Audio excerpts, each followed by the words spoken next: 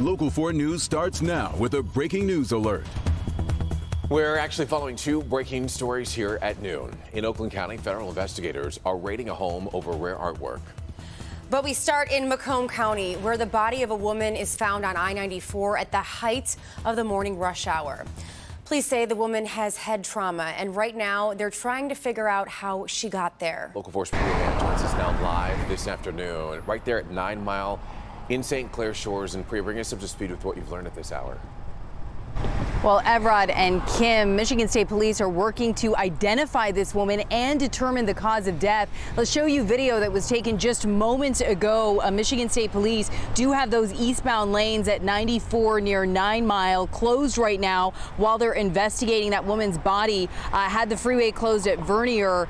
Troopers are working to see if this was the actual scene of a crime or if her death happened somewhere else. What was the cause of death and her identity? Police saying this investigation will take some time. They're also asking for anyone with information or who may have seen something that happened overnight in the area of I-94 and 8 Mile to contact Crime Stoppers or Michigan State Police. So again, this area, eastbound 94 near 9 Mile in St. Clair Shores, currently closed right now. Investigators working to determine how this woman died and her identity. Of course, we will continue to update you throughout the day. Reporting live in St. Clair Shores, I'm Priya Mann, Local 4. All right, Priya, we know you'll stay on top of it. Thank you.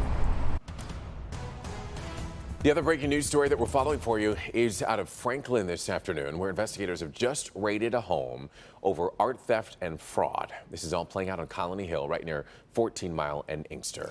And that's where a well-known local art gallery dealer is charged with stealing more than $1 million worth of art. Local 4's Rod Maloney is live there with the details. Rod? Yeah, good morning, Kimberly. Good afternoon now. It was about 7 a.m. when the FBI, a large line of FBI agents came and raided the home here. The woman who lives here and has been arrested is Wendy Halstead Beard. Now, her dad ran a photo gallery in Birmingham, and he died about 2018. And the FBI says that she took over that business. During COVID, though, she closed the business in Birmingham and started operating out of her home here in Franklin.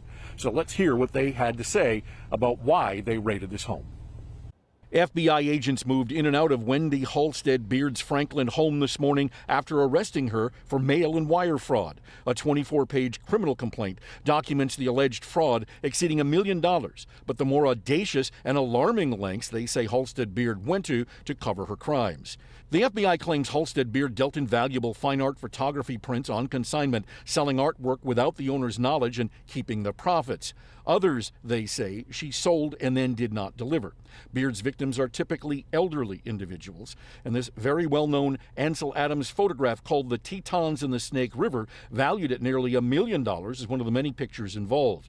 The picture sold for about half the value, and the FBI says Halstead Beard refused to contact the 89-year-old owner when he asked about his money. The FBI includes emails that Beard allegedly sent under a fake name and told the man, quote, she has been on the transplant list for quite a while, but with this progression, they deemed it necessary to move her up to critical for transplant. Yesterday, a successful transplantation was performed. Then later, an email read, Wendy Beard had her double lung transplant. And so the FBI put a tail on Wendy Halstead Beard and started watching her, and they say that she drove to downtown Detroit and showed no physical problem whatsoever. But then they say in another case, she actually told one of her art owners that she had been in a coma for a couple of months. Now they're here working to take more art and pictures out of the house. There's going to be much more to talk about. That 24-page document has much more in it, and we'll bring that to you coming up on Local 4 News at 5. Reporting live from Franklin, Rod Maloney. Very interesting. All right, thank you, Rod, for that update. And now to a major merger that will create a supermarket giant. Yeah, Kroger is acquiring Albertsons in a deal worth nearly $25 billion. It's a deal that would help them better compete with giants like Walmart and Amazon. Combined, the two companies employ more than 700,000 workers at nearly 5,000 stores here in the U.S. It will likely get heavy scrutiny from federal regulators, but if it's approved, this deal will likely close in early 2024. We're going to have more on how this can impact you, the shopper, coming up on our news at 6 o'clock. Let's turn now, however, to your forewarned weather as we take a live look outside at Ann Arbor. There's a big event happening there this weekend that we need a good forecast for. Yes, Brian, I am planning to be at the Michigan game tomorrow. Big game. You are? Mm-hmm. Yes. Surprise, surprise. I was talking about it all morning. Yeah, Michigan versus Penn State, both teams undefeated. But what we really care about, well, at least for me, is how cold am I going to be? It's going to be on the chilly side of things, Kim and Evrod, today, tomorrow, and for the next few days after that. So you'll need at least the jacket if you're going to be heading outside. Plenty of sunshine, though, after some cloud cover this morning. Tower cam from Windsor looking across the river. We've got blue skies, but temperatures still into the 40s and 50s as we head toward lunchtime. 53 right now here in Detroit, 49 over in Howell, as well as over in Pontiac. Checking in at 51 right now over in Adrian. The winds have started to gust up a little bit, sustained 10 to 15 miles an hour across most of southeastern Michigan. Most everybody upper 40s to the lower end of the 50s thanks to that sunshine. But cloud cover is off to the west, so we are going to see an increase in cloud cover, especially as we go through the evening and into the overnight hours tonight. So we're dry for the rest of the day today. Temperatures heading for the upper 50s, running about 10 degrees below average today before some rain moves in late tonight. I'll break down when you're going to need that umbrella and your complete forewarned forecast. That's coming up in just a few minutes. All right, thanks, Brian. And we just told you about that I-94 closure, but that wasn't the only problem we had this morning. A crash shut down I-275 in Livonia for much of the morning. Sky 4 was over the scene on the northbound lanes right near 7 Mile. We're still working to find out what happened here and if anyone was hurt. We're going to let you know when we know more. Well, there's new information this afternoon about that deadly shooting spree in North Carolina as police continue to search for a motive. Yes, police say a 15-year-old boy started shooting in the streets of a Raleigh neighborhood, then continued onto a walking trail. 5 people were killed, including an off-duty police officer and a 16-year-old boy. Blaine Alexander is in Raleigh with the latest. Well, the governor of North Carolina called this quite simply the nightmare of every community. 5 people killed, 2 more injured, and a manhunt that spanned hours. This morning now, we're learning more about the alleged shooter. Police say that he is just 15 years old, a white male who's still being treated at this hospital in critical condition. We're also learning some more about the victims that he left in his wake, the youngest of them just 16 years old. We're also learning more about that police officer among the dead, a 29-year-old officer who officials say was on his way to work.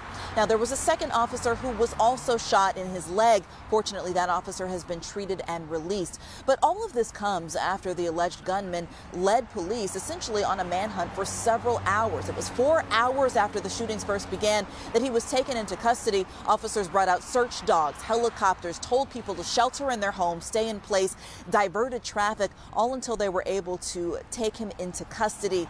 And again, we're still waiting to learn more updates, especially about what led up to the shooting. Police still are not saying whether these people were targeted or whether they were shot completely at random. Back to you. All right, thank you, Blaine. And the victims in that shooting range in age from 16 to 52.